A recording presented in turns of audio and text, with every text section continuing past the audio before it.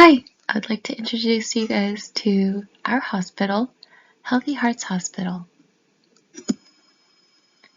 Our group consists of Kojo, Nada, and myself, Margie. We are located on 143 February Way, Cleveland, Ohio.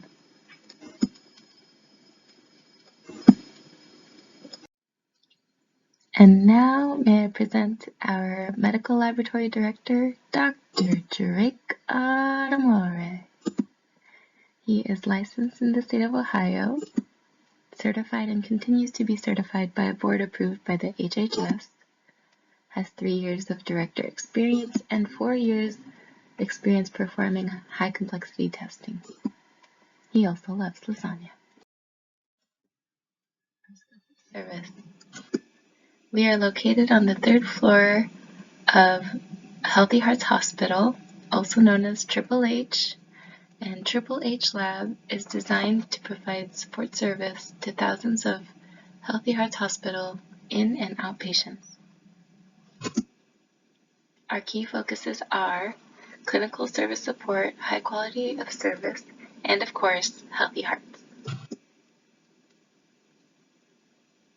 We have 4 divisions that are fully operational 24/7 to assist in providing diagnosis and treatment to cardiopulmonary patients.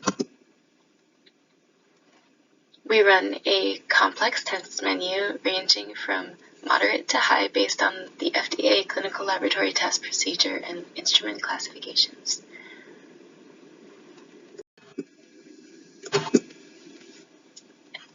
Our mission and vision. The mission of Healthy Hearts Hospital Lab is to provide high-quality testing services that support the evaluation and treatment of cardiopulmonary patients. Our vision is to become the leading hospital chosen by cardiopulmonary patients recognized for high-quality medical services. We strive to help our communities maintain healthy hearts through trust, integrity, and collaborative care. Regulatory agencies and proficiency testing. Accreditations. HHH Lab follows CLIA recommendations and is TJC accredited and subject to TJC biennial inspections. Proficiency testing. To adhere to CLIA recommendation, HHH Lab maintains ongoing PT testing for all non-wave tests. All of our test samples are run in the same manner, be it patient or PT, as required by CLIA. Hello, I am Kojo. Thank you, Maggie, for your presentation. Our laboratory test menu range from CBC, coagulation factor testing, cardiac markers testing, and complement testing. And we have a blood culture and antimicrobial susceptibility testing as well. All of our tests have relatively low turnaround time, which allow effective patient care. Our HHH laboratory has most innovative analyzers from recommended culture and systematic cooperation. As you see in chemistry and immunology, we use TXE700 AU. Hematology is X6MXXN 550, and microbiology VITEC 24 bacterial identification susceptibility testing, and biometric alert for blood culture. HHH laboratory team is made of highly qualified 18 laboratory technicians and 12 combined supervisor and assistant supervisor for each division. We have a quality project manager, quality assurance manager, and biosafety officer as well, and our laboratory director. HHH laboratory has developed orientation and training policy to assist newly admitted laboratory staff on their medical readiness and help them familiarize with a security and safety protocol and training requirement for maintain a safe work environment to provide effective patient care. Our policy the HHH laboratory new hire must complete background check and provide immunization record for hepatitis B vaccine. Orientation will be conducted by a quality manager team with the biosafety officer during the first day of employment before training. Laboratory supervisors will provide training for all new employees after orientation and be responsible for signing off on the laboratory training checklist once an employee has completed initial training. All training personnel must maintain their competencies by referring to the HHH Laboratory Competency Assessment Policy.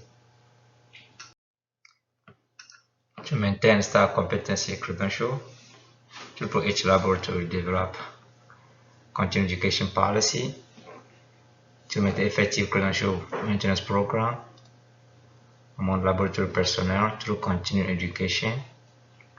This ensures employee grow, reaffirm knowledge, and learn new skills. Our policy, all HHH laboratory personnel conducting modular and high complex testing are required to maintain their credentials through completion of periodic continuing education units. All personnel are required to follow this policy and use opportunities and resources to maintain both the state and other credentials. Supervisors will gather updates quarterly, and failure to comply will lead to consequences stated in the employee handbook. HHH Laboratory develop competency assessment policy to maintain initial training and staff competency in provision of high-quality clinical laboratory service. Our policies all laboratory personnel conducting modular and high complexity testing must fully adhere to competency assessment policy and have up-to-date assessments before conducting on patient sample. Our procedures are based on clear recommendation. The assessment have 6 checkpoints. You have the observation of a specimen collection, handling, processing, and testing. And the second point, we monitor recording and reporting of test results. And the third, we review preliminary interim test result or worksheet, quality control record, proficiency test results, and preventive maintenance checks. And the fourth, we check directly observe performance of instrument maintenance and function checks. And the fifth, we assess test performance through testing previous analyzed specimen, internal blind test sample, or internal proficiency testing sample. And the sixth, we assess problem solving skill.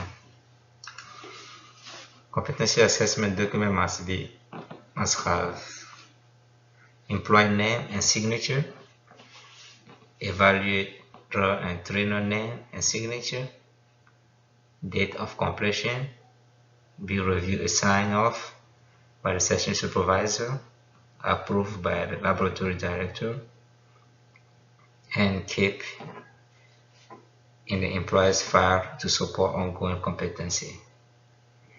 At this point, thank you for watching the presentation, and I will have my colleague Mada continue the presentation. Thank you. Thank you, Margie and Kojo, for presenting everything so far. My name is Mada, and we will continue on with our safety plan. Healthy Hearts Hospital Laboratory developed a laboratory safety plan to provide basic training and useful information in preventing and controlling any eventual laboratory incident. All laboratory personnel must have safety training, review safety manuals, and sign an affirmation of understanding. Annual training and review is required. Laboratory managers implement and maintain a strict adherence by staff to proper safety plan procedures. Records tracking of all training and compliance, as well as incidents of injury, are kept in employee files. Healthy Hearts Hospital Lab Safety Plan is in a green binder located within an administrative space near the hematology section. Healthy Hearts Hospital Laboratory has chosen Meditech for its laboratory information system because of its virtual visits, health tracker, established reliability. It excels in large markets, it has sleek and modern interface, and Meditech is a professional service support tailoring of the interface and user training. The procedure manual consists of the safety datasheet and the standard operation procedure. The safety datasheet contains a list of all chemical agents in use in all the 16 sections of each chemical agent. This datasheet is in a red binder located in a file cabinet within the main lab. Each testing procedure is documented in their standard operation procedure, also known as the SOP, to maintain uniformity and standardization of testing procedures within Healthy Hearts Hospital laboratory personnel. Each SOP contains the following and must also have the staff sign-off sheet, and the laboratory director maintains accountability, compliance, and update to the standard operating procedure as needed. The SOP are removed from service when the analyzer or testing procedure is not operated and discontinued. Healthy Hearts Hospital Lab Safety Operation Procedure Manuals are in the respective area of testing for easy access and are also available on the Healthy Hearts Hospital Laboratory Share Drive. These are the references that we used in order to create our laboratory documents and in order to maintain them as accurate as possible. These references include Oxford University, U.S. Food and Drug Administration, as well as the Centers for Medicare and Medicaid Services, along with other references as well. Continuing on with our references, we were able to include information using the Electronic Code of Federal Regulations, as well as the Joint Commission to provide information on continuing education credit information. Thank you all for joining us for this presentation. I hope you guys enjoyed everything. If you have any questions, please call the following numbers below.